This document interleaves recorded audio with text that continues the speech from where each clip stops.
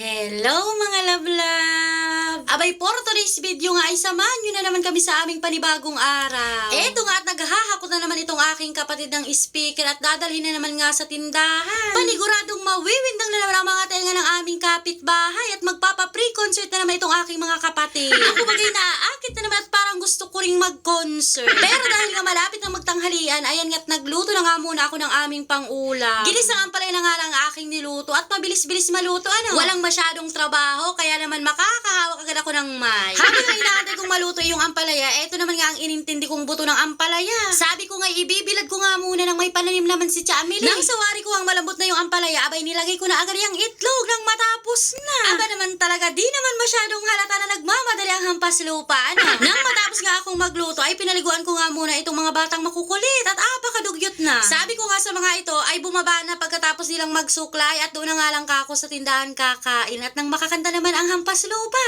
Apakahilig talaga namin magkakapatid mag-video okay. Kala mo talaga kagandahan ng boses. Bukod nga sa video okay, pati mga tenga ng aming kapitbahay abay sumusuko na talaga sa mga boses namin. Pagkababa ko nga, inaabutan ko itong aking kapatid na nakasiting pretty habang kumakanta. Ay, apakagaling talaga. At syempre, hindi naman mapapahuli itong ate nila na isa ring adik sa video okay. Hindi na nga ako nagsalang ng kanta ko dyan. Eto na nga ang kanta ng kapatid ko, ang kinanta ko at kating-kating na baga ang kamay ko na makahawak ng mic. Maya-maya nga, ipinasa ko na rin agad itong mic. Gawa ng sabi ko, ipapakainin ko pa nga yung mga bata. Wala nga kaming lamesang kainan dito sa tindahan, kaya naman dito na nga lang kami sa lapag kumain. Sabi ko nga sa mga bata, ay kumain sila ng mabilis at magko-concert pa nga ako. Ay, apaka-addict talaga. Sinabayan ko na nga rin kumain ng mga bata para naman mamaya ay may energy ang hampas lupa. At dahil nga apakaingin ng mga kapatid ko, eto nga tagising na itong isang batang makulit. Akala niya siguro may nag-aaway, kaya naman napabangon ng wala sa oras. Maya-maya nga ay nagsawa ng kumanta itong mga hampas lupa akong kapatid, kaya naman nagsayawa na. At tingnan nyo naman itong bagong gising. Talaga namang sumasayaw-sayaw pa. Kapag talaga mga walang ginagawa itong mga kapatid ko, talaga namang kung ano-ano na lang ginagawa sa buhay nila. Tinamad na nga rin akong kumanta, kaya naman eto na nga lang ang pinagkabisihan naming magnanay pagkatapos naming kumain. Papatulugin ko na nga sana si Blesian, kaso nga lang medyo basa pa yung buko niya, kaya naman sabi ko ay patutuyuin nga muna namin. At talaga namang ayaw paawat itong aking kapatid,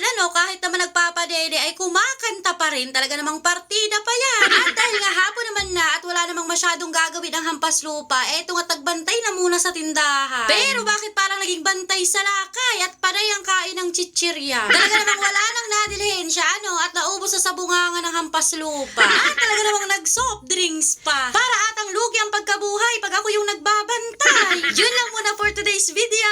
Salamato!